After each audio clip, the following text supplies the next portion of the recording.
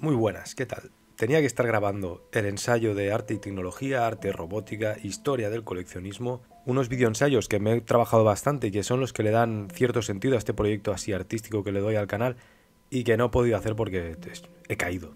Tengo un trancazo de la hostia, entonces no puedo grabar bien los otros temas que para mí son importantes, quiero que queden bien hechos.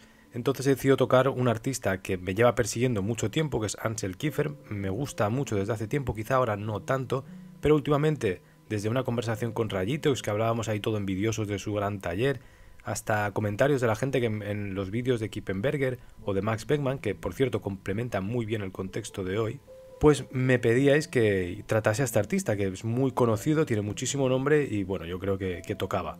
Empezaremos comentando y recreando una escena donde él está trabajando en persona y explica un poco sus intereses. Lo he sacado de una videoentrevista que hacen para una Bienal, no me acuerdo ahora exactamente, o para una galería. La podéis encontrar en YouTube, ponéis Ansel Kiefer y ahí podéis ver, hay 50.000 documentos sobre él. Pero lo voy a comentar un poquito y a partir de ahí explicaré sus principales inspiraciones, su trabajo, pero sobre todo para lo que sirven este tipo de vídeos es para poner en contexto no solo la figura del gran artista, sino de ciertas temáticas que toca. Ya sabéis que aquí no me interesa la persona o el personaje, sino es para ubicar en un contexto o extraer información que nos es útil a día de hoy y darle un poco la vuelta a esa tradicional taxonomía de la historia del arte que no me gusta nada. Dejo la aclaración aquí porque hay veces que hay gente que se confunde, que piensa que esto es un típico documental, típica biografía y no lo trato así, porque algunas veces me lo he encontrado en comentarios y bueno, lo repito porque no todo el mundo es asiduo al canal, entonces eso, que te lo tengas claro, que esto también lo tengo como un proyecto artístico muy pretencioso y hoy nos viene a pelo porque coincidimos con Kiefer en esa pretenciosidad. Y si lo que te apetece es tener un documento muy objetivo o algo muy concreto en la vida de él, insisto, busca la entrevista que le hacen, el vídeo que tiene, que está muy completo y habla él en primera persona, que siempre será mejor que otra tercera persona comentándote algo sobre él. Y ahora sí, empezamos con Anselm Kiefer. Kiefer, ¿no? ¿Es en alemán?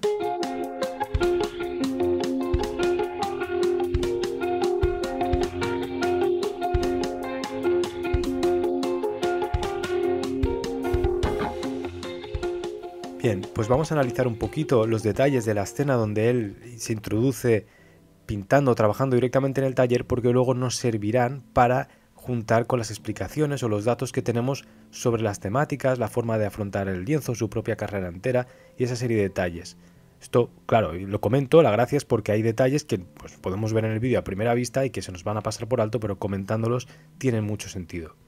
Primero vemos a un Kiefer que aparece en su taller, fumando un puro del tamaño de un Rosli, mientras sujeta la paleta de albañil, una especie de cuchillo de pastelero, y confronta una tela, que sabemos que es una tela, porque rebota frente al artista. De lo contrario diríamos que se trata de un jardín flotante o de una pared mohosa, roñosa de alguna ciudad en ruinas, de algo antiguo, y ya una vez se aleja el plano vemos que es un lienzo. Pero esto nos dice cómo trabaja, casi siempre trabaja con tamaños muy grandes. Kiefer nos dice que lleva años trabajando en él, y que añadiendo una capa detrás de otra que se ha ido sedimentando y solidificando, vemos que se ha creado una especie de lienzo que es casi una pared, pero sabemos que es un lienzo porque rebota, porque tiene flexibilidad de la tela. Yo flipo cómo se aguanta aquello. Entonces en esa superficie, que era vieja, de repente le empieza a meter la paleta y extrae cosas. Kiefer extrae las capas de pintura que se han secado y nos muestra una nueva superficie, que en principio era vieja y que un día había sido nueva, pero que ahora la está renovando a través de quitar lo que era nuevo en otro momento. Es un poco enrevesado, pero es la gracia, es lo que está tratando de buscar.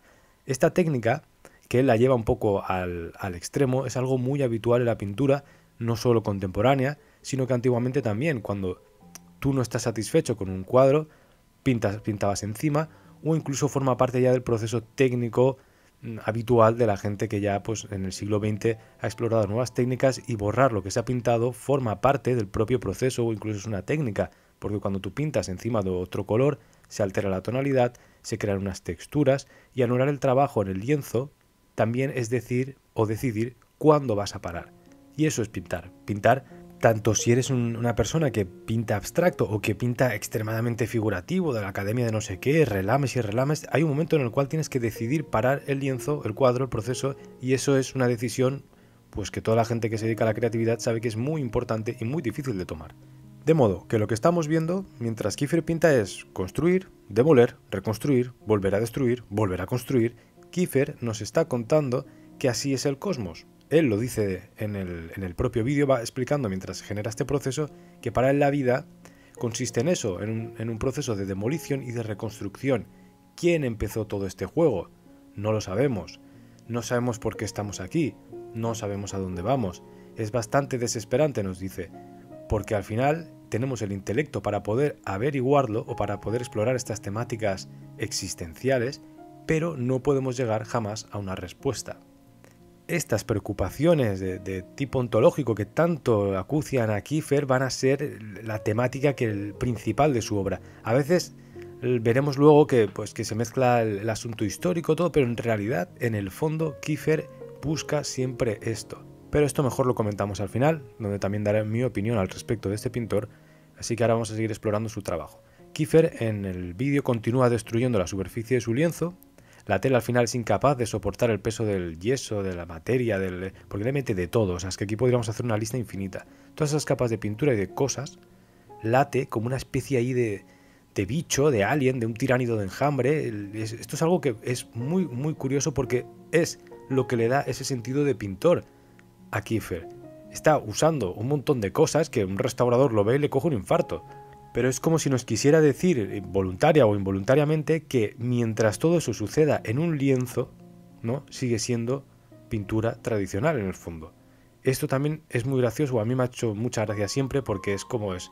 El proceso es totalmente loquísimo y de hecho te invito a ver la cantidad de capas de textura, de cosas que tiene aquello y que no va a aguantar en el tiempo, es evidente. Entonces esto también creo que unifica muy bien todas estas cuestiones alrededor del arte, de lo eterno en el arte, de cómo lo conservamos en los mausoleos, bueno, museos, aquí quería hacer la broma del listillo, porque es curioso, ¿no?, que todas estas obras al final están destinadas a acabar en estos cementerios del arte, tal como decían Ortega, Adorno, Valery, y allí tendrán que ser conservadas, porque es el sentido que le hemos dado al museo o a la institución, que al final es la que patrocina, entre comillas, o que le da legitimidad a Kiefer. Entonces Kiefer trabaja durante 20-30 años en decidir cuándo va a parar ese proceso de construcción y de destrucción y de reconstrucción. Podemos observar cómo él mismo va quitando capas. Ahora me gusta, ¿no?, en ese nivel destructivo de las capas matéricas del lienzo, y de repente eso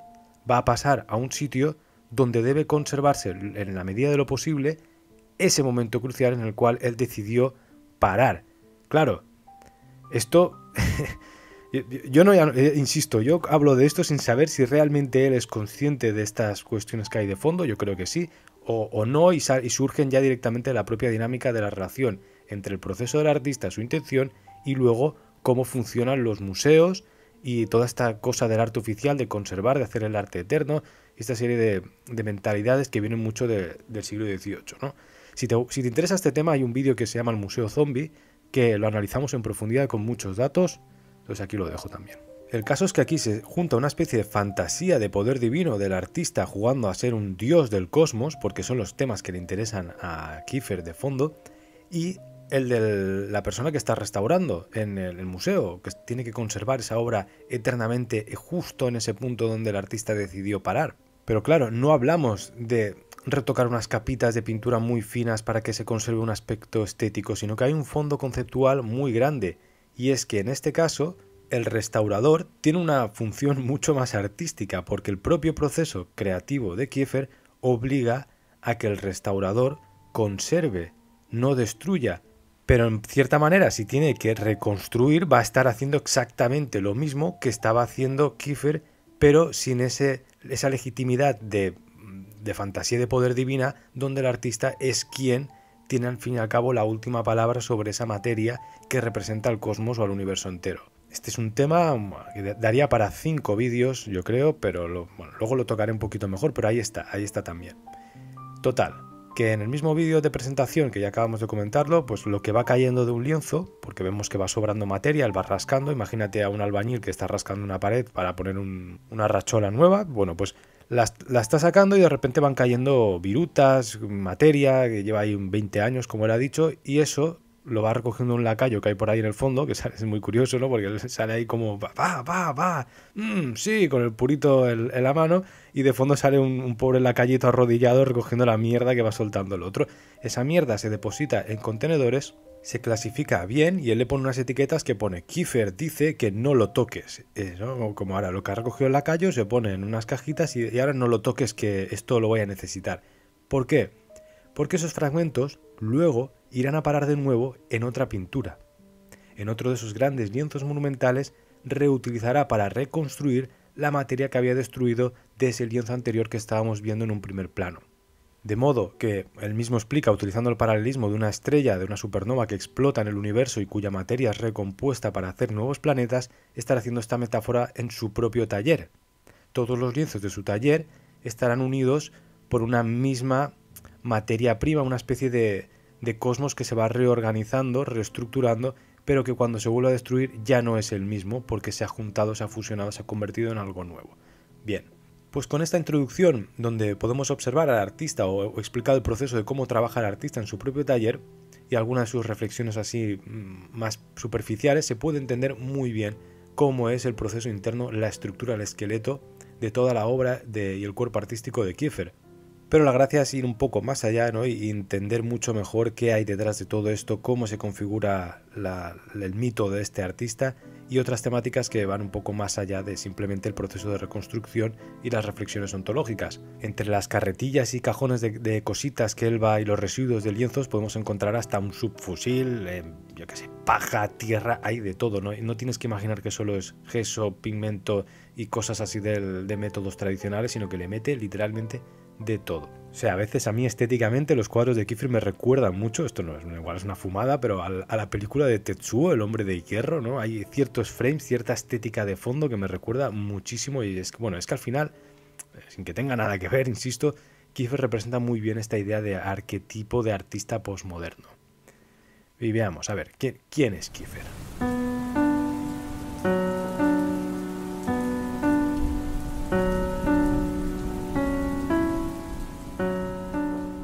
Mis obras son frágiles, algunas veces cambian, creo en la fluidez. Para mí es importante que cambien y descubrí que el heno es bueno para eso. El color me interesa más como otro material que tiene significado, no como una ilusión. El material es en realidad el espíritu. Anselm Kiefer nació y creció en la Alemania profunda, jugando entre las ruinas de la Segunda Guerra Mundial. Él había nacido en 1945 y siendo educado a través de las consecuencias históricas de un evento que es trascendental para todo su país, pero que nunca llega a vivir. Esta circunstancia tan particular, que es que tú vienes al mundo y creces unos años después, tomas conciencia del mundo, cuando ya te vas haciendo mayor, y aquello que ha marcado, que ha cambiado todo tu país de la noche a la mañana, es algo que nunca has llegado a vivir, pero que está presente como un fantasma. Si no se entiende esto, no se entiende ninguna artista alemán de segunda mitad del siglo XX. Y esta circunstancia, este escenario, no solo tiene que ver con las consecuencias materiales, que son evidentes, sino filosóficas, sociales. Es ese reflujo que va a dejar el nazismo y la guerra en su país, y que de hecho se va a convertir en la materia prima para sus primeras obras, como por ejemplo Besetzungen, que la realizó en 1969 y consiste en una serie de fotografías que va tomando en distintos lugares de Europa donde realiza el saludo nazi. Esa forma de entender el pasado, de confrontarlo, de polemizar, porque también hay que entender el contexto alemán, que es muy... ¿Cómo explicarlo? Bueno, como muy protestante, donde las apariencias, la doble moral, todo esto está presente, es un tema que se convierte en algo tabú y que los artistas de su generación quieren tocar, quieren meter el dedito, ya sea de forma irónica, provocativa, crítica, pero siempre en una especie de vórtice hacia esta temática de cómo la sociedad confronta eso que está ahí, ¿no? El elefante en la habitación. Esto no solo lo hemos visto en vídeos como el de Kippenberger, sino es que en todos los artistas o pintores alemanes de esa generación, incluso ya posteriores, están ahí. Gerhard Richter, joder, es que tengo la voz así un poco y no me... Gerhard Richter. También trabaja mucho alrededor de estas mismas temáticas, pero bueno, ya haremos un vídeo a él también aparte, porque es muy interesante su obra. Entonces, bueno, la idea de reconstrucción, de división, de incomprensión y de olvido van a estar muy presentes en el trasfondo de sus futuras obras. Otra serie de obras que también pueden ejemplificar muy bien ese aspecto, esa relación entre el pasado, la historia, lo sociológico en su país y el propio artista, la veremos en la serie que le inspiró el Plan Morgenthau. Que ese plan era una propuesta que lanzó un general yanqui, pues tras ganar la guerra, dicen, ¿qué hacemos con esto, con esta peña? Ahora son nuestros ya, ¿cómo repartimos y qué hacemos para que no vuelva a pasar nada? Pues esta propuesta del general Morgenthau consistía en reconvertir todo el parque industrial de la Alemania derrotada en campos agrícolas o en fomentar un poco por encima de la industria el terreno agrícola para de ese modo anular un hipotético rearme alemán en el futuro que vuelva a traer otra guerra o otra serie de cosas, ¿no? Sería como castrar al país para tenerlo manso pastando heno. A Kiefer este simbolismo, estas metáforas, esta especie de idea conceptualista del pasado metido en su propia pintura le flipa, ¿no? Entonces aquí podemos encontrar muchos detallitos y de hecho es que si no me equivoco tiene una obra directamente del año 2013 inspirado en este propio plan o en esta propuesta que no llegó a término porque al final lo que se acabó haciendo fue pues el juego favorito de los aliados occidentales, que es dibujar fronteras, ¿no? El rollo imperialista, y ahí trazaron las fronteras de la línea Oder-Neisse, que fue lo que acabó pasando. Y bueno, como estos ejemplos tenemos muchísimos para poder compaginar su obra con la historia, con las temáticas de fondo, con esto que hemos estado comentando, pero además hay una relación también que junta esto con la literatura, con lo literario, con lo poético.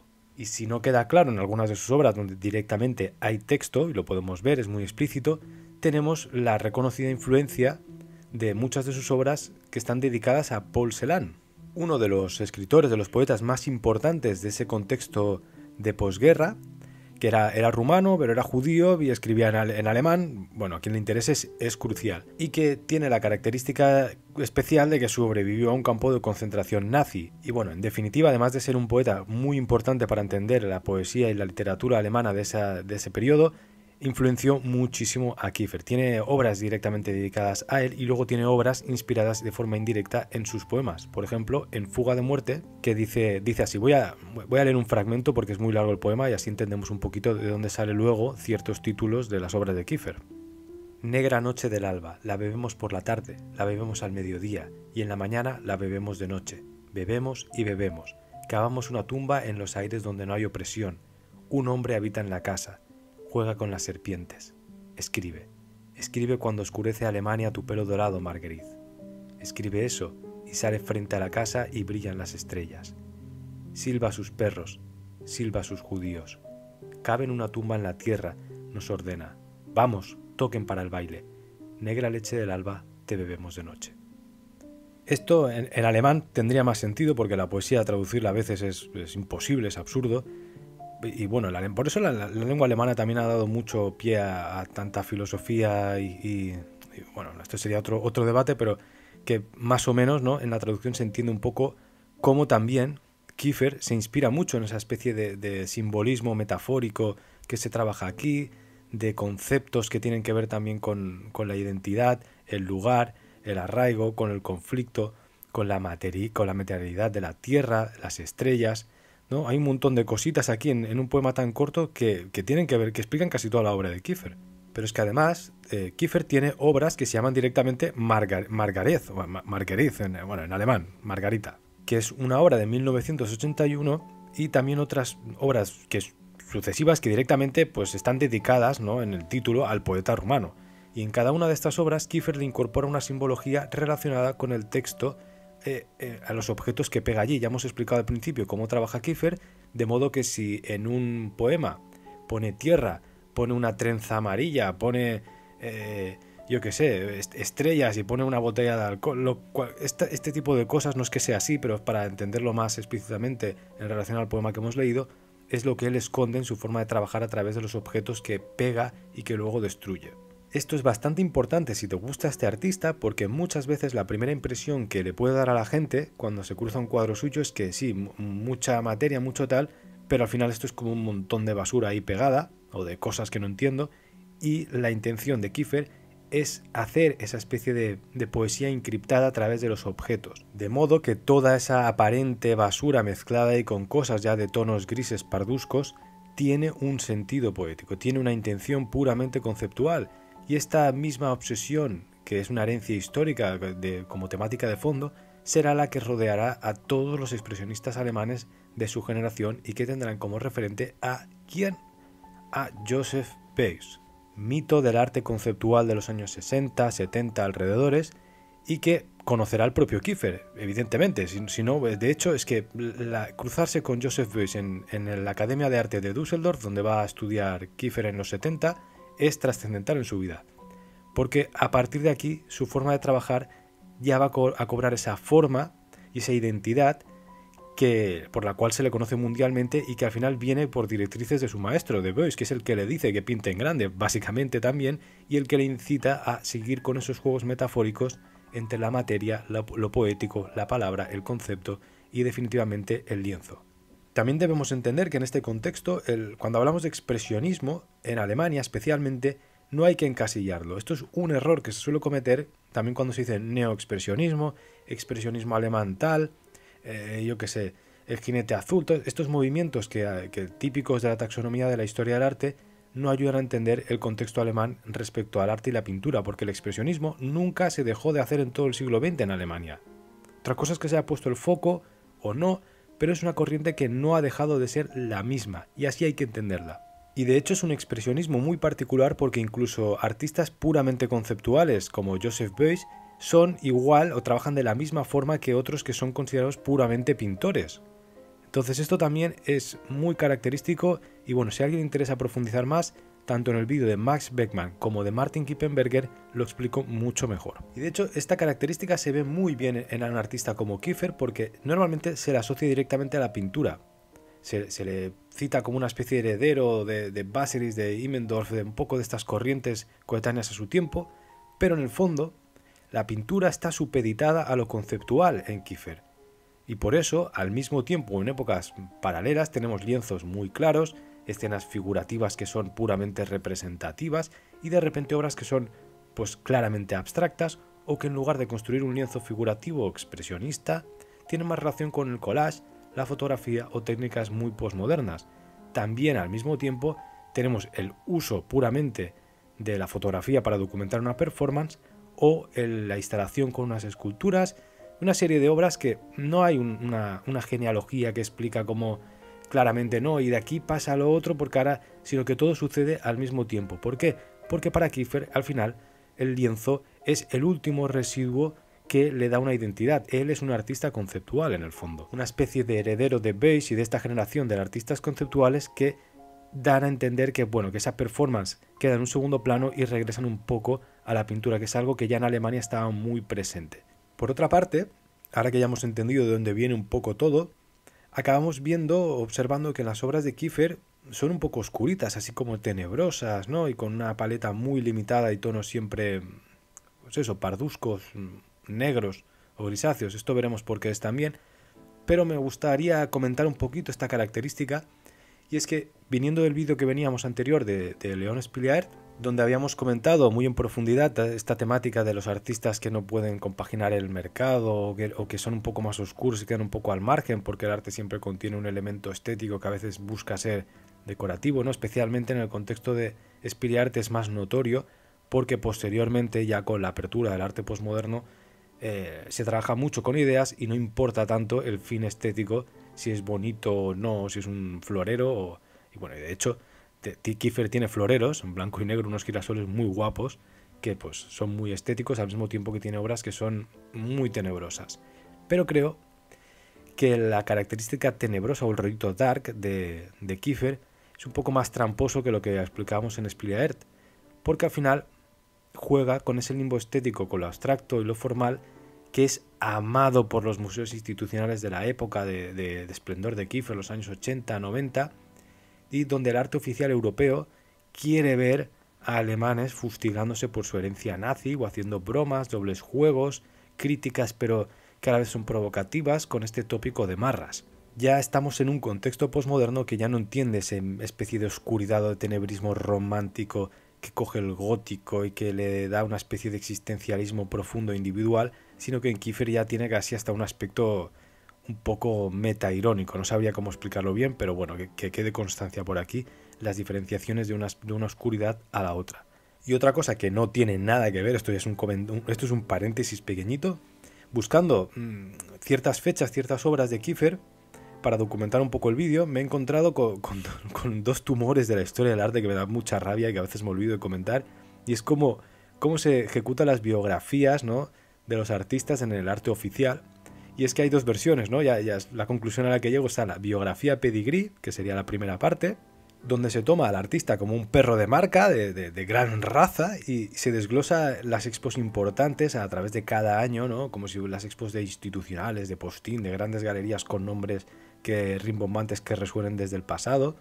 Y eso durante cada año, ¿no? Como si desenrollaran un papel, un rollo de pergamino y empezasen Aragorn, hijo de Aragorn, hijo del rey de Mordor, de no sé cuántos, de tal, y hijo de la heredero de la tierra de siempre, ¿no? Y a través de esa gran lista de exposiciones, que pues ya que ni sabes dónde, ¿no? Esas cosas que se han hecho ahí con un titulito y una fecha, te dan a entender que este señor pues será importante, ¿no? El deseo es el deseo del otro, si tanto lo han deseado por ahí, pues es que es fundamental, y créetelo porque mira, ¿no? Aquí, como el historial de campeonatos de un perrito de marca, que lo llevan allí, les tiran la colita, le levantan una oreja y sí, es de verdad, es de raza, es de marca, está pagado. Y con esa información ya, pues tienes que asumir la explicación de toda su vida, de su obra, de lo que sea, y simplemente es como, mira, que es importante, cállate la boca, no pienses más, mira que sí. Y esto se lo exigen también a artistas emergentes. Esto me da muchísima rabia porque es como el currículum que te hacen, y a través de ahí, cuantos más nombres, títulos, cosas coleccionas, es como que más importante y mejor va a ser tu obra.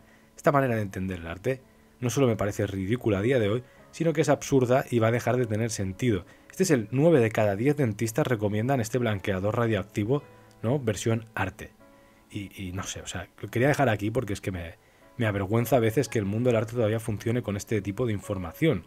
No sé qué piensas, lo puedes dejar en comentarios porque me interesa mucho. Y es que, insisto, me sorprende mucho porque se encuentra algo normalizado, incluso en los museos oficiales es la forma más básica de explicar a un artista.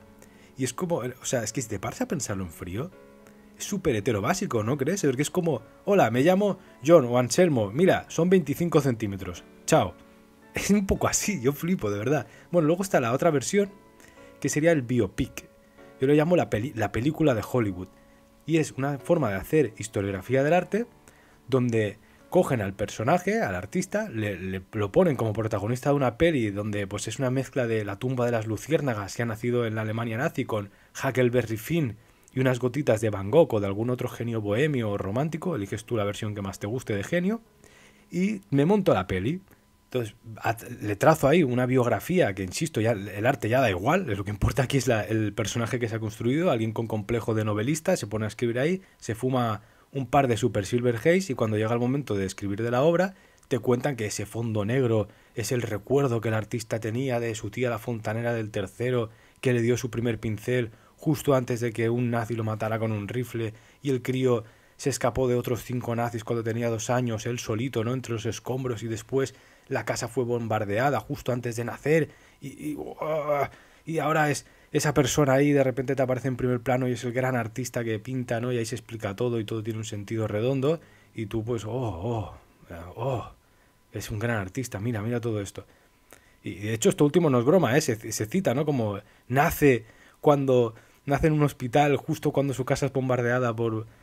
no sé, o sea, son dos formas de entender el arte, que son casi las institucionales, las oficiales de alguna manera, que es que son ridículas, son muy, muy patéticas, no tiene otra palabra para describirlo. Y en general parece que sea el fruto de gente literata o académica que está muy frustrada y que llena huecos aquí con esto, ¿no? O versión literaria, versión matemática con el pedigrí. Pero bueno, quería comentarlo porque me lo he encontrado, me da mucha rabia y quería hacer aquí el paréntesis. Y ahora seguimos con la obra de Kiefer.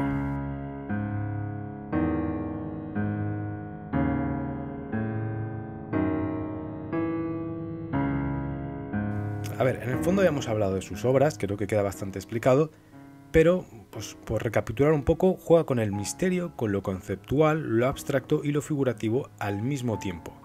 No hace falta comentar que aquello es un campo de exterminio matérico, o sea, se juntan un montón de elementos dentro de sus obras. Es que, insisto, yo no sé cómo la tela le aguanta esas trallas, es el verdadero misterio de la técnica de Kiefer, es cómo el lienzo te aguanta eso. Lanzallamas, gesos, óleos, subfusiles, pinceles, si te descuidas te cogen a la tía Paquita y te la engancha con 3 kilos de mortero ahí en la tela y ni te enteras. El caso es que para unificar todo su estilo suele emplear una paleta muy limitada, casi siempre reducida a tonos ocres, negros, grises, pardos. Es una paleta gris, ¿no? Que al fin y al cabo es muy neutra, pero que más que una decisión estética formal, yo considero que es una consecuencia.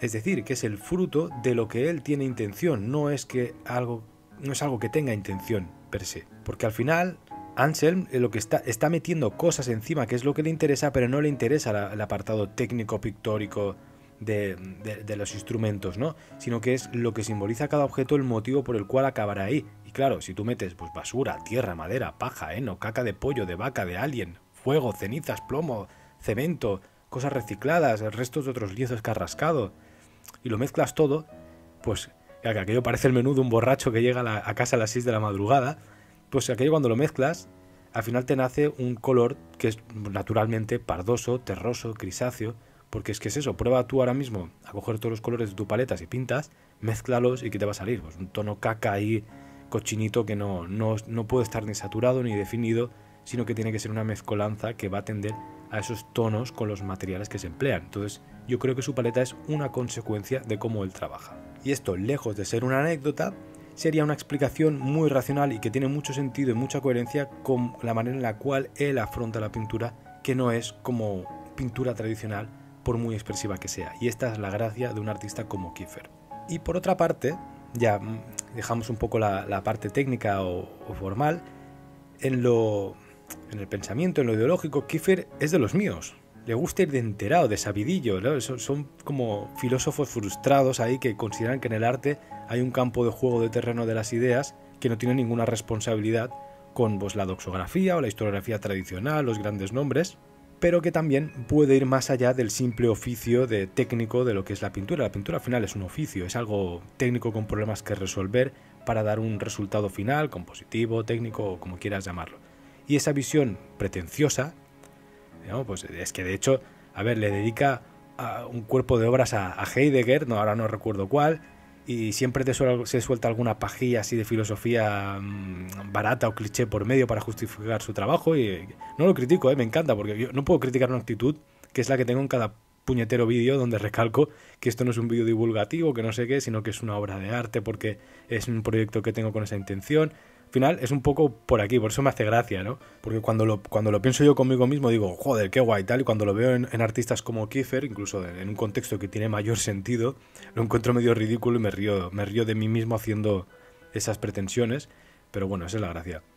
Total, que no es de extrañar que Kiefer le otorgue un marcado simbolismo a todos los elementos que utiliza en sus obras, que si la ceniza significa algo como la regeneración, que si la materia orgánica que pone en el lienzo, como hemos visto en la primera frase que introducíamos esta sección, le da vida al cuadro porque se transforma con el paso del tiempo, que si la alquimia y lo relaciona con el mercurio, el plomo, y por eso el plomo aparece en sus lienzos, que si el cosmos y las estrellas, que si he dejado este cuadro 20 años macerando aquí y ahora lo quemo entero y con las cenizas pues me fumo un porro y hago con la chusta del porro que queda, lo pego en el lienzo que llevaba otros 30 años macerando, ¿no?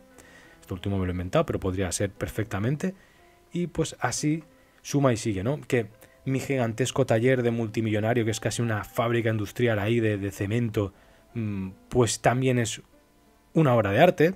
De modo que no os ríais cuando yo digo que mi canal es una obra de arte, porque si Kiefer te puede decir que su taller lo es y está legitimado, pues venga, a tomar por culo, yo también, ¿sabes? Porque es lo que explicábamos al principio, en el proceso que él sigue en el taller donde las cosas se destruyen, se vuelven a reconstruir y todo sucede en ese entorno que él ha construido de cero. Es que flipáis, si veis fotos del taller nuevo este que se hizo, que no lo vas a oler tú en 100 vidas de rata cochina miserable, o sea, necesitas 1000 millones de vidas para llegar a eso, a nivel adquisitivo, me refiero. Flipas, ¿no? Entonces, bueno, pues según él, ¿no? En ese espacio es como una especie de cosmos, de universo donde sucede la magia prácticamente. Es que este vive una fantasía de poder descomunal, de verdad. Y no lo critico, ¿eh? Me encanta a la vez que me río y que me hace gracia y todo esto parezca que esté como con tono sardónico. En el fondo, dentro de ese contexto y de entenderlo todo, me hace mucha gracia, por lo tanto lo disfruto. No sé si me explico. Y de hecho, pues siguiendo en esta línea de cómo siempre hay un aspecto muy pretencioso en sus obras, que yo cuando digo pretencioso para mí es positivo, porque yo en la universidad me acuerdo que presenté un proyecto así de este tipo, como la obra que voy a escribir ahora de Kiefer, y recuerdo que un profesor de proyectos se sentó conmigo y me dijo que era pretencioso y no sé, bueno, me lo destripó con esas palabras, ¿no? Como si... cómo me atrevía, ¿no? Y siempre me ha hecho mucha gracia porque es como, a ver, cabrón, ¿y para qué me pongo a hacer artista si no soy un puñetero ególatra con delirios megalómanos y de fantasías de poder en un contexto o en un entorno en el cual es legitimado y está permitido en ese aspecto creativo sin que haga daño a otras personas, ¿no? Porque si esto mismo lo ejerzo a través de lo político o de la industria, de la empresa, de tal, tiene consecuencias las personas en el arte a nivel filosófico. No las suele tener, pero sirven de campo de pruebas para llegar a determinados sitios donde eso sí que luego se puede aplicar de una manera mucho más óptima. No sé si me explico. Bueno, total, que en el White Cube de Londres, justo antes de la pandemia, Kiefer presentó Superstrings, Runes, The Nonce and the Gordian Knot, el nudo gordiano, que representaría la consecuencia de todo aquello que no se puede resolver y que también alude a esas teorías grandilocuentes como la teoría de cuerdas, lo alquímico, lo místico, que pues está aquí de fondo, ¿no? Es que el título explica toda su carrera. Te lo dice todo. En esa obra, Kiefer interpreta de forma, entre comillas, artística la teoría de cuerdas y sus derivas filosóficas sobre el tiempo, el espacio, la concepción de la realidad, etc. Como hemos podido observar, la alquimia, la astronomía, lo arcano, lo existencial, la filosofía de carácter místico, ¿no? Y antigua, esas preguntas básicas, elementales del ser humano que atraviesan todas las civilizaciones, toda la cultura y que permanece, a Kiefer le flipan. Es lo que más le flipa en el mundo. Todo lo demás, para mí, creo que es secundario, que justifica la relación con la historia. Todo esto es como... porque es lo que le piden a un artista alemán para que pueda participar institucionalmente y que sí, que lo habrá vivido y estará ahí, pero que en el fondo, tú analizas la obra de Kiefer y el personaje y lo que le mola es esto. Es un conspiranoico disfrazado de intelectual. No un conspiranoico a malas. A ver que ya me lío yo solo. Me explico mejor. Yo también he pasado por ahí, me encantan estos temas. A todo el mundo nos gustan estas preguntas, ¿no? Pero ese aficionado a alienígenas ancestrales, ¿no? Que lo ve mucho y lo vive, pero revestido de intelectualidad o legitimado por el statu quo. Y bueno, en definitiva, que todo lo que gira alrededor de su mentalidad a la hora de ejercer el arte son las ideas que logren acercarse o acariciar la explicación del origen del mundo. Hay que entender también que su formación original era en Derecho, en lenguas, creo que se especializó en lenguas latinas, no me acuerdo ahora bien, pero casos que él luego se dedicó a la pintura, en un primer momento no tenía nada que ver con la educación artística. Y desde esa época ya estaba obsesionado con las temáticas cabalísticas, la hermenéutica de los textos como la Biblia, el libro de los muertos egipcios, etc. Así que en el fondo, Anselmo es un New Age encriptado que se reviste de arcano, de filósofo, pero es que a mí no me engañas, querido Anselm. Entre tú y el hippie al que le compré el cuenco tibetano, que es que me flipa el cuenco tibetano, y un par de barritas de incienso para que huela bien la casa, que va disfrazado de tibetano con túnicas y todo, no hay ninguna diferencia. El chiste aquí es que Kiefer lo sabe y en alguna entrevista ha rechazado la etiqueta de New Age. Porque, como es un polla vieja, alude al argumento de que él estaba antes de que se pusiera de moda, de forma comercial, todo el interés por estas culturas milenarias y el origen del mundo a través de la espiritualidad. Entonces me hace mucha gracia, o sea, lo estoy diciendo un poco a coña, ¿vale? O sea, a mí también me encantan, o sea, aquí no le encantan estas temáticas, solo que a Kiefer le da una dimensión como, pues, muy, muy tocha, y esa dimensión exagerada que le da a la espiritualidad del origen del mundo, lo juntan con el cliché de un New Age, que claro, estas personas muy New Age de la época de los 2000 no encajan en la oficialidad o en el discurso hegemónico del gran artista oficial alemán correcto de bienales, de Kassel, de Documenta, ¿no? Entonces es como súper, súper chistoso ver cómo al final eso, pero revestido de la estética, lo meten ahí y él lo rechaza cuando en el fondo sí que lo es, ¿no? Y le da rabia, ¿no? Entonces me hace muchísima gracia. Una frase de él. Se trata de conectar con un conocimiento mayor y tratar de descubrir las continuidades que buscamos en el cielo. Kiefer, tendrías que ser más honesto, ya vestirte con una túnica traída del Tíbet, ponerte un cuenquito de incienso en esa fábrica industrial que parece una discoteca de tecno alemán y ponerte banderitas del Tíbet.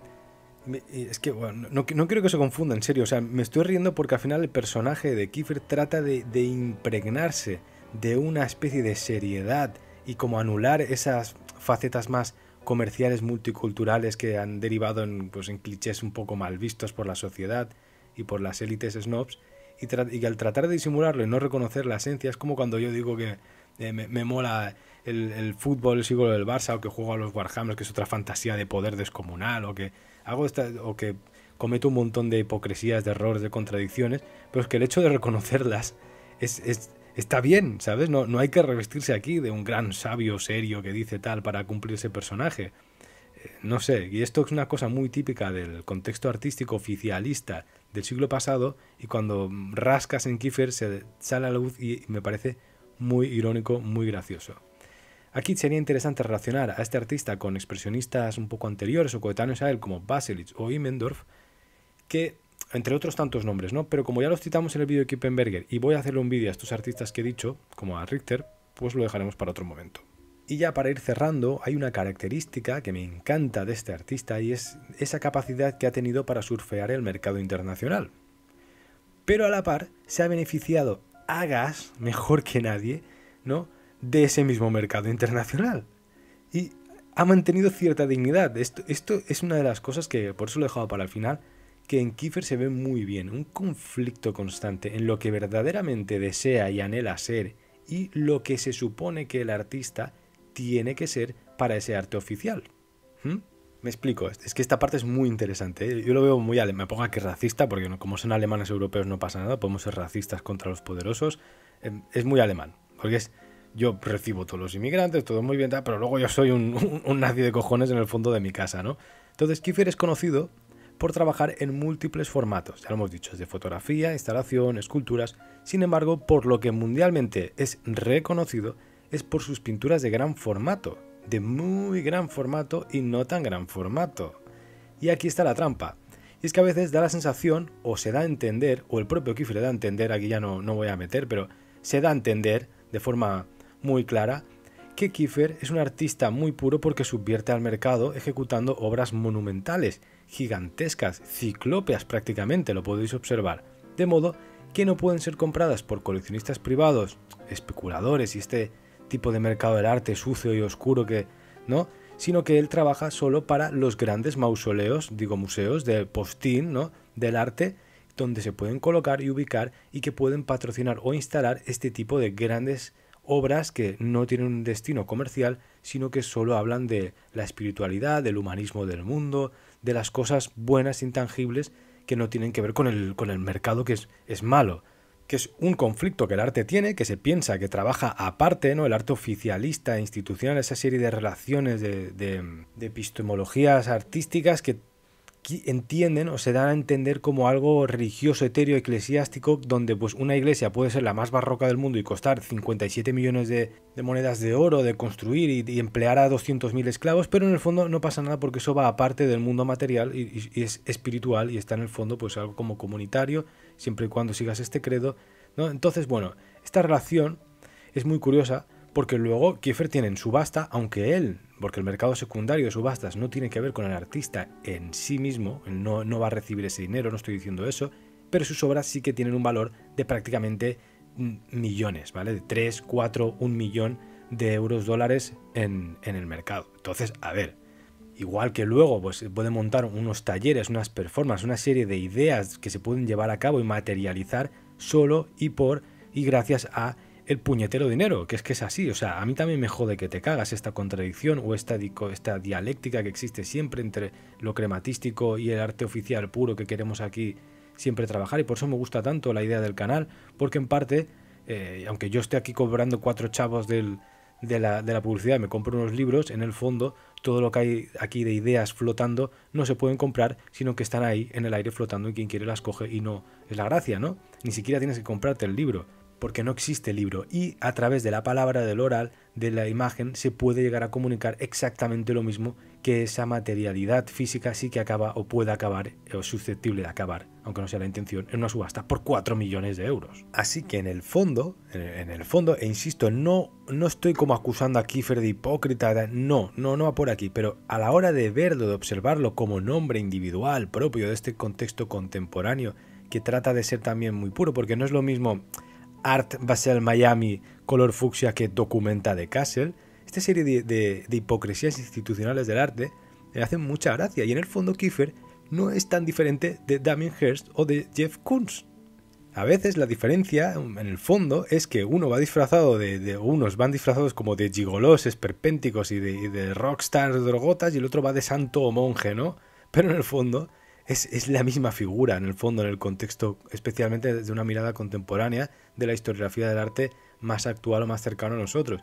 Por eso creo que a veces es peligroso mitificar a figuras, y con Kiefer se le hace. Se pone como él sí, Koons y Hirst acabó, pero Ansel Kiefer sí que es casi un, ¿no? Y esa gran fama que tiene al final y esas millonadas que mueven son por algo igual. Desde un lado o el otro al final todos jugamos en el mismo tablero, solo que las fichas son de color negro, las otras son de color amarillo. La manera en la cual pueden llegar a concebir estos artistas, o si te fijas muy bien, ya lo haremos con Damien Hirst o con Koons, el proceso en el cual intervienen otros lacayitos o terceras personas, que esto ya sucedía desde Rubens, desde tiempos anteriores. No estoy diciendo que el artista tenga que estar solito en su taller picando piedra, pero los procedimientos, la forma de entender el arte, los espacios, no se diferencia tanto el taller enorme que se construyó Damien Hirst para pintar sus locuras que el que se construyó Kiefer. De hecho, el de Kiefer es más pomposo, no sé. O sea, quiere decir que todo esto al final a mí me da que pensar, y que tenga los huevinchis de decir que su taller es una obra de arte en sí misma, que son un universo, que es su forma de explorar la propia espiritualidad, cuando al final su taller es el sueño húmedo de cualquier megalómano que pinte. Es decir, que solo para abrirlo necesitas unos 5 lacayos o siervos que te abran las puertas de aquello. Es insultante. Y sí, lo estoy diciendo con envidia cochina. Esto me acuerdo con Rayitos, que si no conocéis su canal os invito a seguirlos. Es un centro de comunidad artística brutal y una obra de arte también, su propio canal.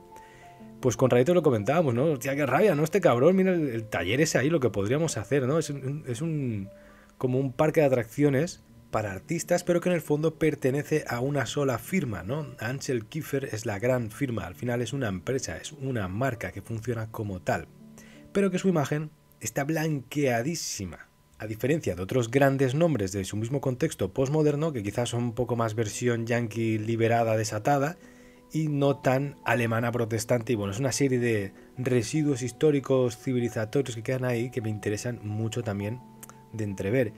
Y por eso digo que yo no admiro las figuras o los nombres, ¿no? Admiro lo que hacen o ciertos momentos de lo que hacen, porque a veces cuando se obliga a admirar a un artista, a una figura, parece que te tengas que comer todo el menú, y no todo es bueno. Igual que en mi propia obra, no considero que todo lo que haya hecho sea igual de bueno, de útil, de tal, porque al final eso es absurdo. Hay veces que a ti te gusta mucho, yo qué sé, pues una temática concreta y eres afín en ese momento a una obra y no te interesa otra, o no, o de repente eso no era así, pasa el tiempo y te interesa mucho algo que no te interesaba hace unos años, y eso también, esa relación con las obras, los artistas, no tiene nada que ver con la persona que hay detrás, en el fondo. Para mí, estoy en opinión personal, si no estáis de acuerdo, por favor, en comentarios, me interesa muchísimo este debate. Creo que Kiefer en el fondo vive en una fantasía de poder descomunal, es un megalómano que está bien, ya lo explicaban en Los artistas, el ego, y en Boris Groys como lo explicaban muy bien, pero que tiene una imagen que es casi toda la contraria. Esa mitificación, ¿no?, de la crítica oficialista y la vetusta academia que les encanta a Kiefer, pero que en el fondo pues no lo veo tan diferente de otros nombres que tienen más mala fama. Simplemente estoy haciendo un poco de abogado del diablo porque me hace mucha gracia, y bueno, no sé, al final es como hay mucha hipocresía de fondo, esa doble moral ejecutada a través de la pintura, que en el fondo rascas y es como... Bueno, total, que Kiefer como artista me gusta mucho, ya lo he dicho, no sé si lo he dicho al principio, algunas obras directamente suyas me sirvieron de inspiración hace unos años. Ahora ya no lo veo igual, pero hubo un tiempo en el cual me gustaba mucho, en concreto unas obras que hice hace unos 5 años, creo, en blanco y negro, con unas telas viejas. Y bueno, también porque a mí me rayaba mucho el tema de la conservación, porque había hecho un trabajo sobre pigmentos, materiales del arte, me interesaba mucho, y indirectamente en el fondo pensaba en la perpetuidad de lo eterno de la obra, y con Kiefer no, pues está ese juego de te van a hacer eterno, como le pasaba a Bacon con sus lienzos que son muy difíciles de conservar, pero en el fondo tú trabajas para que se destruya aquello. Y también quieres detener el tiempo. Es una serie de uróboros ahí juntos que siempre todos los artistas en nuestro contexto occidental tenemos, y me interesan mucho. Además, junto a otros artistas alemanes, la figura de Kiefer, especialmente pues lo contamos en Kippenberger, el no estilo, me ayudaron a entender que no era necesario anclarse a una sola forma de pintar que evoluciona o a un solo registro como una forma válida de poder perpetuar o legitimarte en ciertas corrientes artísticas. Pero es que yo creo que sirven como una referencia, como una figura que nos da también seguridad y legitimación a artistas más jóvenes, ¿no? Dentro del mundillo oficial, donde tú puedes experimentar con múltiples técnicas, con conceptos, aunque tengamos la etiqueta de pintor. Yo por eso hablo de Kiefer en concreto, porque si le etiqueta como pintor, yo también, entre comillas, estaría etiquetado como pintor, pero para mí mi obra más interesante no tiene nada que ver con la pintura. Y si a alguien le interesa ver lo que hago en pintura, en Instagram, Alejandro Acosta, o las redes sociales que dejo abajo en la descripción, lo podéis ver. Pero en el fondo las obras que más me interesan o donde más empeño e ilusión le pongo, pues puede ser un libro, la novela gráfica que estaba haciendo, o este propio canal, que me gusta muchísimo cómo puedo tocar temas que en la pintura pues son prácticamente imposibles o nadie va a ver, porque en el fondo, mira lo que pasa con Kiefer. La mayoría de la gente llega, ve aquello, y una vez te hacen la explicación, como hemos hecho aquí del paquetito de sí, no, y el heno significa esto, y en este poema tal, y no sé cuál, y hace gracia, pero en el fondo cuando ves los cuadros nadie ve eso, nadie lo va a ver.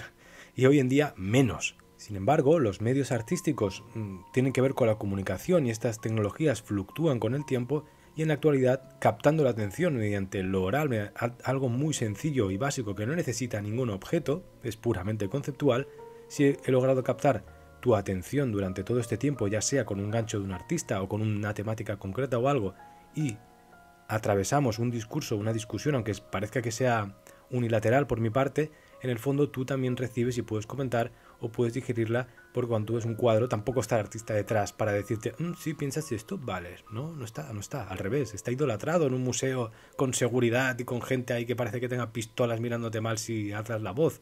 Pero total, que lo que venía a decir es que Kiefer en este apartado a mí me interesa mucho y en un momento dado me ha servido como una referencia o simplemente como una figura que legitima, porque si eso ha sido aceptado, permitido y estudiado por lo que consideramos arte oficialista, yo tengo permiso en cierta manera. Es como pasa lo mismo que en los casos de los juzgados, las leyes, que cuando hay una sentencia anterior a veces puede legitimar una cosa extraordinaria que venga después.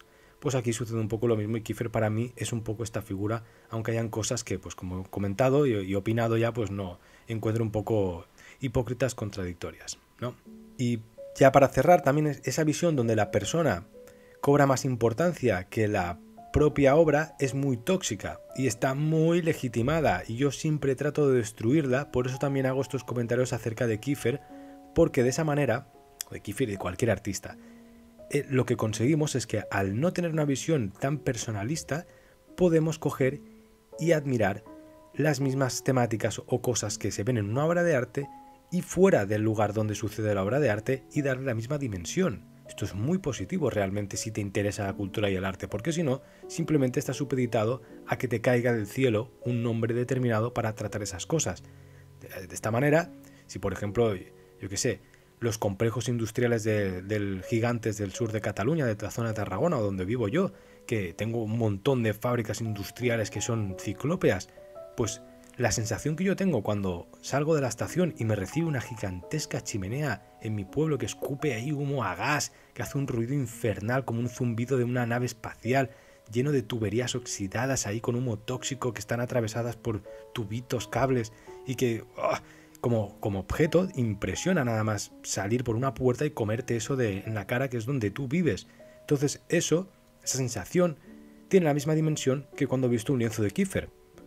Y me refiero a esto, que sin embargo cuando idolatramos a la persona, a la obra de arte como tal, eso que te está diciendo Kiefer en el fondo tiene relación, y yo creo que a Kiefer le gustaría también tener esa visión que te remonta a esas mismas experiencias que tú puedes tener en otros contextos que no tienen que ser en el sacro arte en el museo. De hecho, la obra de Kiefer en un museo es un espectáculo, como ir a ver un teatro, porque está a veces fuera de lugar, es tan monumental, ¿no? Que por eso también yo creo que Beuys le incitó mucho a pintar en grande. Un lienzo monumental, que sería otro tema, te come. O sea, sí o sí es espectacular. Y por último, y ya último de verdad, yo no puedo dejar de ver a artistas como Kiefer, y en concreto Kiefer, como una caricatura del gran artista frustrado del siglo XX. ¿Frustrado por qué? Porque es el gran artista de la segunda mitad del siglo XX, bueno, una parte de esos grandes nombres, pero que en la actualidad cada vez va perdiendo ese fuelle de admiración, de aura institucional oficial, ¿no? que eso se le conseguía a través de llevar a estos artistas a las grandes bienales de renombre, encofrados por la crítica que ya no existe, sacralizados por toda una institucionalidad del arte que tampoco existe casi, y que lo convertían en una especie de artista aspiracional, exitoso, pero no gracias al mercadeo de subasta únicamente, sino gracias a su recorrido institucional, intelectual y casi sagrado a través de todos los elementos de la epistemología del arte. Entonces, claro, cuando esa serie de ritos eclesiásticos del mundo del arte, desde mi punto, están prácticamente condenados al olvido, no porque yo quiera o no quiera o esté de acuerdo o no, sino porque es que es evidente, están desapareciendo, pues esta serie de artistas dejan de tener esa aura, ese renombre, y pasan a ser artistas que son muy interesantes, pero que pierden ese carácter de gran figura que sí que habían tenido en esa segunda mitad del siglo XX. Por otra parte, esa cuestión discursiva tan magnánima, tan grande, ¿no? Con que a veces es tan exagerada a la vez que pura, ¿no? Decir, no, pues gran lienzo monumental, con gran explicación ontológica, con el que encima está anclado al pasado alemán, se vuelve todo tan serio, tan cliché, que con el paso del tiempo a veces lees los discursos de Kiefer, la asociación temática de las obras, lo juntas todo y joder, suena un poco a novela barata, es como novela de nazis con portada de la editorial Planeta. En serio, o sea, es que esto es una percepción puramente personal, pero a veces ya me empieza a pasar y es como otra vez otro artista alemán, por enésima vez, pone en cuestión su pasado nazi al mismo tiempo que trata de asimilarlo de forma irónica. Es como, no, tío, ya, o sea, no sé hasta cuando se muere el cuento, ya no sé qué van a hacer, ¿no? Pero bueno, esta es la fama, es que comento esto porque la fama internacional de Kiefer viene a raíz de las típicas polémicas hipócritas alemanas durante los años 80, que tanto le han gustado a los germanos a la hora de levantar la alfombra de mierda que tienen por pasado. Eso es casi una obligación de los artistas de esta época, y yo no sé si la han agotado tanto que en la actualidad ya ni siquiera vale o ha perdido toda esa fuerza que pudo llegar a tener, y claro, se desmonta un poco el chiringuito que se ha montado ahí. En artistas como Kippenberger pues la palman antes y quedan ya mitificados ahí en el pasado, y también lo comentábamos cuando hablamos de él. Son artistas que prácticamente han sido olvidados. Y es que aquí, bueno, esto son opiniones aventuradas, por favor, que nadie se lo toma al pie de la letra, pues de verdad, o sea, antes de discutidmelo ahí abajo o hacéis otro vídeo, lo que sea. Pero yo opino, sinceramente, que ya esta doble moral, que herencia del protestantismo, la corrección política de cara a la galería, la austeridad como bandera que se transforma en obras grises, cementosas, cargadas de simbolismo conceptual, casi sacras expuestas en esas galerías de Berlín, que son torres de marfil entre terrenos industriales, ese correctismo puro y duro, ¿no? Un aura monacal al mismo tiempo que luego son los primeros en participar de la pitanza, me resulta en muchas ocasiones un aspecto del arte nórdico germano que es muy típico allí, que es un poco vomitivo. O sea, en serio. Especialmente luego yo que sé, pues en Richter, por ejemplo, en Daniel Richter, no en Gerard también. Hay un carácter un poco más que se va soltando y va entrando mejor en tiempos actuales, creo. Especialmente en Daniel Richter, que creo que asimila mejor estas cuestiones y las hace más contemporáneas de una forma mucho más apropiada que Kiefer, creo, en mi opinión. También encuentro que la mejor versión de esta serie de características puramente alemanas no están en la música y que ahí se les da mejor que en el arte. Pero bueno, yo creo que esto la gente lo puede entender, que está esa visión de fondo muy snob, donde Kassel, ¿no? La documenta de Kassel, la feria mismo de libros de Frankfurt, en general todas estas cosas no tienen nada que ver, o sea, son muy diferentes según la estética que se le da y la visión de fuera, que el cartel fucsia de Art Basel Miami, que eso es un poco ya más commerce. Cuando en el fondo creo que juegan en el mismo juego y a nivel político pues sucede lo mismo. Ya lo hemos visto con las sucesivas guerras actuales y en general esto, comentario muy aventurado, muy superficial, pero que en el fondo en estas obras de arte está si rascas, existe. Y aquí por cierto recomiendo mucho una novela de Vilamatas, de Enrique Vilamatas, que se llama Kassel no invita a la lógica.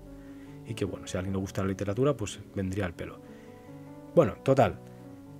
Creo que en el fondo todos jugamos al mismo trenecito de una manera u otra y no me gusta la gente que se cree mejor porque come de la paella con tenedor en lugar de utilizar la concha del mejillón.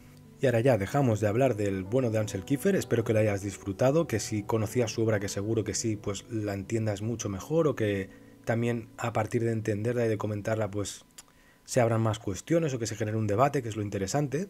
Y de nuevo, insisto, creo que este vídeo sí queda para comentar, para debatir aquí. Yo lo intentaré leer en la medida que pueda.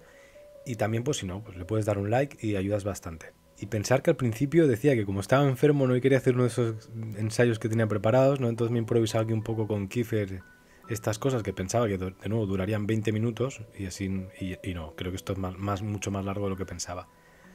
Me gustaría también recordar que hace un mes grabé un podcast muy interesante con unos chavales mexicanos de una universidad, bueno, desconocieron en un foro, algo súper underground, que es súper interesante. Se llaman El Tecolote. Si me acuerdo, dejaré el link en la descripción. Si no, pues El Tecolote. Tienen también una entrevista con Jason Ananda Josephson Storm, el del metamodernismo, que le hicimos el vídeo, la versión del metamodernismo buena, las otras son las malas. Y pues en ese mismo podcast, que lo han creado hace poco, hicimos una charla muy bien, rajamos de la secta de los buenistas, hablamos de arte, de todo. Muy buenos chicos. Y bueno, pues ahí lo dejo. Si a alguien le interesa, pues lo podéis seguir o mirar la entrevista que me hicieron. Esta semana intentaré subir y montar y todos los otros vídeos que he prometido. O sea, que la gente que siga el canal asiduamente, que esté atenta, porque de verdad que os va a flipar mucho el contenido que vendrá estos días. Porque, además de estar resfriado, he tenido un problemita, y es que, mira, juego fútbol cada semana. O sea, voy en bici al taller cada día. O sea, muevo los pies, las patitas, que da gusto. Y me hice un esguince de segundo grado hace 3 días bajando las escaleras de casa de un colega. Muy triste. No me he hecho nada. O sea, juego cada puta semana y no me he hecho nada. Y voy bajando las escaleritas, ¡pa! Y me toca estar más con el culo sentado, entonces pues estoy un poco rabioso, no sé si se nota. y bueno, entonces subiré más contenido porque, pues eso, no puedo estar al taller de pie mucho rato, por lo menos la primera semana. Y nada, aprovecharemos para hacer otro directo esta semana seguro, y intentaré también hacer otro directo con Rayitos, pero esta vez en mi canal, porque él siempre invita a todo el mundo y al final yo creo que también toca dar la vuelta a la tortilla. Así que si tenéis alguna propuesta de temas que queráis que se comenten, o alguna preguntita si no podéis estar en el directo esta semana, o algún, no sé, alguna sugerencia, la podéis poner, porque insisto, lo de Kiefer fue porque ya venía de fondo, es un artista que quería tocar, pero cuando me habéis comentado tantas veces y Kiefer ha sido como, hostia, es verdad, pues ¿y Kiefer qué? Pues aquí está. ¿Y qué más? Yo creo que ya hemos comentado todas las novedades así del canal en este boletín informativo. Intentaré, ahora que estoy cojo, encerrarme una tarde entera y sacar una música de fondo con el pianito y la guitarrita, y así que se pueda oír un poco más alto, porque solo puedo poner las canciones que he hecho yo, son las únicas que puedo subir el volumen tranquilamente sin que me tumben el vídeo, y así pues también le quedará mucho mejor de aquí en adelante. Y por otra parte, sí, pues lo tendremos arte y tecnología seguro, porque está todo escrito, el de historia del coleccionismo, Daido Moriyama, quiero retomar lo que dejé en historia de la fotografía japonesa. Es que hay muchos temas. Arte e internet, arte en la actualidad, en la época de internet. Me apetece mucho hacerlo, pero lo voy a trabajar muy bien. Caerá también en breves.